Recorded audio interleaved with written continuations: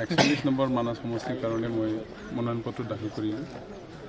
আমাৰ মাননীয় সভাপতি হাগ্ৰামা মহিলাৰী ডাঙৰীয়া আমাক ইয়াত আহি বহুত উৎসাহ যোগাইছে আৰু মোৰ লগত আমাৰ MCLA দিগন্ত বিহাৰী ডাঙৰীয়া, প্ৰাক্তন MCLA আমাৰ ৰঞ্জিত বিহাৰী ডাঙৰীয়া, আমাৰ BJPৰ আমাৰ বাক্সা জিলাৰ সভাপতি ৰিজিত ডেকা ডাঙৰীয়া, লগতে আমাৰ হালবাৰী জিলাৰ আমাৰ ষ্টেৰিং কমিটিৰ সভাপতি আমি একেলগে আহি পেলাই আমাৰ নমিনেশ্যন পত্ৰ ছাবমিট কৰিলোঁ।